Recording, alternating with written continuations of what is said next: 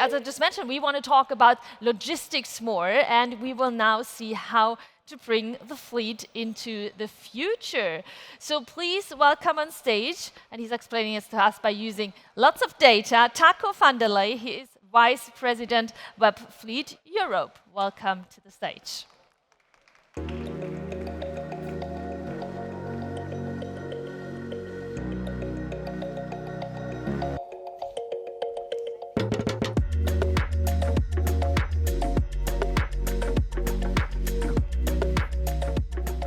Good morning, everyone. It's really great to be here and to see all of you. So now, my name is Taco van der Leij. I'm with Bridgestone and Webfleet in Europe. And I'll be talking to you about why you need data to adapt electrical vehicles into your business fleet. And it will not be about the optimization of your value chain or the cost that you can reduce. No, it will be about the employee and the driver and how you can help them to adapt the electrical vehicle. So what?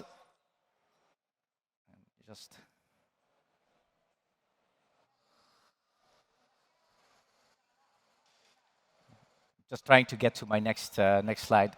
It's not working. Here it is. So what does Webfleet do? And we are part of the Bridgestone group. So we are the leading telematics platform in Europe. We collect the data from about 1 million trucks, light commercial vehicles, vans, and passenger cars. And these are grouped into operations for our customers. And using that, we help our customers actually to manage those fleets better, so that you can optimize your businesses with that. Now, what we see is that these business fleets, they are now slowly getting into adapting electric vehicles. So before I go further with electric vehicles, so who in this group here owns a full electric vehicle? Who? So that is, it's not too bad actually, 3 out of 30 people, so we are about a little bit less than 10%. I think that's a relatively good rate. I will come back on that later. So why do we need to adapt to electric vehicles? And I hope that's not a big question at this moment, because I think we all know what's happening, and that the European Union also has set targets and objectives to renew the overall fleet in Europe. And what we also see is that cities more and more are actually requesting to only enter with an electric vehicle. And there's a couple of number of cities that already set some deadlines, like by then you need to have an electric truck or van if you still want to deliver your goods in this city. So this is happening, and I think we all know what will come. So what is the challenges for our business fleets to get to that level, to adapt that? And I think the first challenge, what we see often, is actually the complete business model and the cost that will electric fleets bring. First of all, electrical vehicles are much more expensive still than normal combustion engine vehicles. As we know, a combustion engine was designed probably 100 years ago, and over the 100 years, those development costs have been actually fully used. So those are not in there yet. While electrical vehicles, we are at the start of a new phase. So there are a lot of development efforts still that need to be done in that. On the other side, the maintenance costs of an electric vehicle are much lower. There are much less moving parts in an electric vehicle. That's very convenient, so you can actually reduce your maintenance costs. And the fuel costs are much lower as well. Of course, we're not talking about fuel, but we're talking about electricity. Electricity still needs to be produced somewhere. There's usually somewhere central power plants. That's much more effective, but it's also much more effective to turn electricity actually and battery power into movement. But there's a new cost, which is actually you need to charge those vehicles. And you cannot rely on the normal, let's say, gasoline stations that are next to the road. So if you, let's say you have a large fleet, you have a depot, you need to install infrastructure and chargers at your depot. And very often also upgrade the electricity infrastructure. That's a huge cost. Overall, the investments that you need to do are much higher, while the operational costs are much lower. And in the end, there will be a moment in time where you actually have the financial benefit from that. Now, what we see, customers are still struggling with it, but there are solutions. The solution is called lease concepts. And we all know that more and more companies actually lease their vehicles and also their infrastructure. so that you actually get back to the same level and business model that you had in the past. Now companies go even further. They call it truck as a service, where they actually include in the lease concept other services around the vehicle as well. So this challenge will be solved. So then go to the next challenge, and that's very often called range anxiety. And here's a picture of our truck fleet, let's say from our customers. And what you see, there's two peaks. This shows the maximum daily mileage that the truck does. And there's two peaks. So there's many that do a maximum daily mileage of around 250 kilometers. This is what we call last mile. So small van or small trucks going into a city. Then there's something around 700 kilometers. This is more long haul, long transport. Actually, usually very international, and one of the backbones also in Europe, logistics. And we see for the last mile, there are more and more vehicles, actually, and also trucks that now can adapt to it. For the long haul, well, actually, they're still waiting for the first one. But as with passenger cars as well, what we see is that the range of the vehicle is slowly getting to what we see of the range of the combustion engine vehicle. So in the end, technology-wise, this will also be solved. It's not there yet, but we get very close to what we see at the moment with a normal vehicle as well.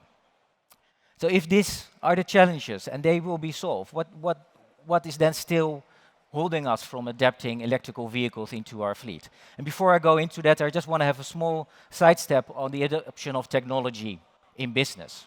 What we see typically is that a new technology is first adapted by consumers. And over time, we see now that we are getting better and better at adapting and finding new technologies.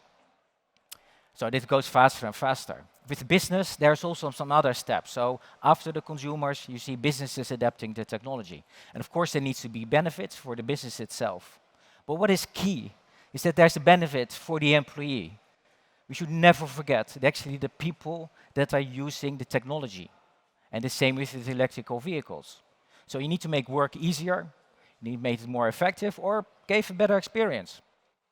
For example, myself, I started working in the 90s, and at that moment when I had an idea or a concept that I wanted to share with my colleagues, I had to type a memo, write down to whom it would be shared.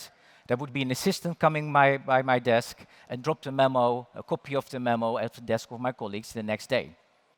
And so it took about 6 to 12 hours before my thoughts would become with my colleagues. And this is actually true. This is not a joke. This is actually what we did in the 90s. Imagine email, right? The big effective work and how that helped in everybody's work. Same with mobile. If I would go to a customer, I would be late. I had to stop at the gasoline station, find a payphone, call my customer on a fixed line, and then find out and tell him that I was late. Again, mobile phones changed that tremendously and make my work so much more effective. So the same with electrical vehicles. We need to find that. So now go to my next challenge, because I think there's actually more challenges. And maybe this is the real challenge within EV. And I'm talking about charging. At the moment, if you need to fuel your car, you don't need to think, right? It takes you 15 minutes to fuel up your vehicle. With an electric vehicle, if you use a slow charger, it will take you 6, 12, sometimes 18 hours. And now, of course, you will tell me, but there's fast chargers, and that will further improve. I'm very well aware of that. But if you look at the battery of an electric vehicle, the battery of an electric vehicle the technology behind it hasn't changed so much versus the batteries that we found in mobile phones 15, 20 years ago. And we all know what happened with that, how you charge it. You need to properly charge it and discharge it to actually extend and maximize the lifetime of your battery. And the same with fast charging. Fast charging is not nice for your battery. You need to slowly charge it to extend your lifetime. So businesses will not like doing fast charging a lot, and they will be looking for opportunities to slowly charge it so that they can keep the value of the vehicle. So you're now telling me, I do something in 15 minutes, you give me this new technology, and now I need to do the same thing in 6 to 12 hours. For me, that feels like you're taking away my mobile phone and my email. You're telling me, hey, here you got a great typewriter, and you can type memos, and we'll make sure it gets to your colleagues in 6 to 12 hours. So that's not going to work. So what do we need to do? Of course, the business benefit is already clear, and I think when we go to businesses, we can persuade the businesses of why that is. What we need to start working on is actually the experience for the employee, for the driver, the person that has to use the electrical vehicle. And how can we do that? For example, with the charging. Should we put chargers everywhere? We need to think about this. Will that then help? Will that solve the problem? Can I then charge quicker? Still not, probably. And there will be chargers everywhere. And this is a picture from our platform around Amsterdam. And there's a lot of chargers there, and they will further increase. I live myself in Spain. There are not that many yet, but it will come as well. But at the same time, there will be a lot of users, so you will have a challenge there as well. So if I go further, this challenge will not be an easy one, I think, to solve very quickly. So we need to start thinking on how we do that. How can we persuade our employees to adapt this technology? The way I see it, we need to treat employees like we treat consumers. We need to market it to them. We need to see within your employee base who are those drivers that are most likely to actually be excited about electrical vehicles, right? And so if you have 100 vehicles and you replace 5, find the employees that make electric vehicles a success, and then actually can show that to the other employees. And to help those employees, and here comes back to the data, we need to help to overcome still this charging problem by making the planning more convenient. And doing that, you need to get the data from the vehicle. We need to know where the vehicles are. You need to know what the battery status is of the vehicles. We need to know what the plans are that you set out with the company. We need to connect also with the data from the charge points that are there, your own charge points, but also public charge points, and then you need to find a tool to make this accessible to your employees, which nowadays usually is a mobile phone. And only by connecting this data into a cloud, you can actually really take away this large challenge from employees. So is this all? I think you still need to find something to excite them, right? And if you go back, what makes electrical vehicles exciting? Why was Tesla so successful in the start? Did all the early adopters of Tesla, did they buy it because they so much liked the battery experience in electrical vehicle? I don't think so. I think we all know they actually redesigned the concept. They reviewed what a vehicle is, and they made the driving experience and driving in your car so much nicer and so much better. So they really looked at the customer experience.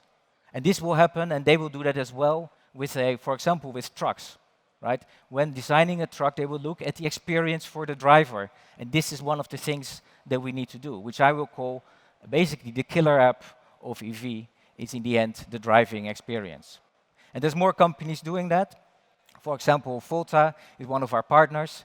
They are looking at the overall view from the driver from a truck, so that you have a better view on what's happening around you. This will give you much more safer environment and actually allows the driver to actually much better drive into cities and see what's happening. So again, it's about the driver experience that's being enhanced. And I'm looking very much forward. In 3 weeks, there's the IAA in Hanover, where we'll see all kind of new technology, new trucks. And I'm sure they will be introducing a lot of new electric trucks as well. But I will be particularly looking at what each of the manufacturers are doing on driving experience. Did they not just replace the engine, but did they also increase the experience for the driver? This will be key. Another core thing that we need to do with our employees, we need to give them purpose. And I think also, of course, electric vehicles help that.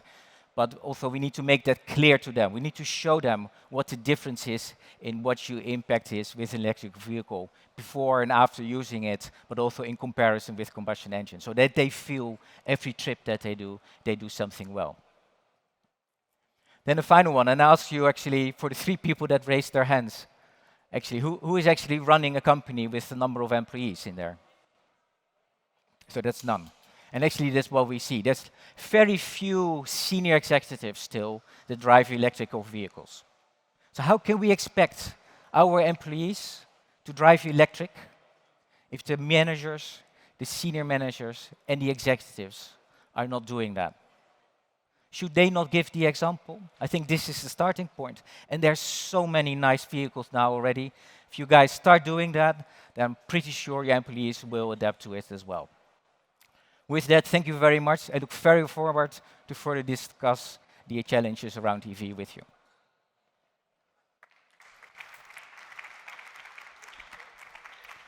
Taco, thank you very, very much for sharing all these insights with us. You talked about the business benefit, but you also stressed out very much that we have to keep an eye much, much more on the benefit for the employees. So, especially when talking about new technologies, I mean, beside just the experience itself, how can electric vehicles make work easier for them? Yeah.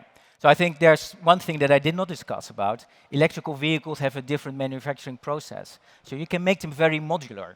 And by doing that, you can adapt vehicles to the actual work of the employees, of the drivers. For example, if you're in postal service and you need to deliver post, you can actually adapt a small vehicle, basically built for the task, so that actually the task of the employee gets easier as well.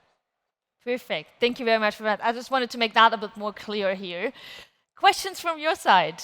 We have one over there. Thank you very much. Thanks, Taco, for the talk. Very interesting. I have a question regarding residual values, because what we have seen in the fleet management is that the residual value of the car is determining the rate for the user of the car, for a lease car. So if you have new technology, new battery technology, increasing capacity, you have a steep drop in residual value of the fleet, which is 2 or 3 years old. How do you view that problem in the leasing industry to adopt in large fleets? Well, I think first of all, so the residual value of a vehicle, the whole thing about it has not been said yet. I think there's still a lot of experience needed, what that actually is going to be. But the expectation still is that a electrical vehicle will outlast, let's say, your lease contract. So what you typically see, there's lease contracts of 4 years. After 4 years, there's still battery has a certain amount that you can do. But battery will be key to the rest value. And there's more and more technology coming to actually estimate the performance of the battery. Because if, for example, if you buy a second-hand electrical vehicle, it all looks good. And nowadays, you start running the motor, and then some experts, and they listen to the motor, and they think, this is good. You cannot do that with an electrical vehicle. So you need to have tools to measure the battery status and the battery level and the battery performance, which we call battery health. And that's going to still be difficult, because battery health is not an instant thing. There's a lot of history that you need of the vehicle, which is maybe one of the other things why you need to have the data. You need to know the history of the vehicle to determine what the battery health is. It's like wine, right? If you buy a bottle of wine, it's very nice. You cannot open it. So if you want to know what the quality is of the wine, you need to know what happened to the wine before that. Perfect. Thank you very much for that answer. Unfortunately, we don't have time anymore for questions from the audience.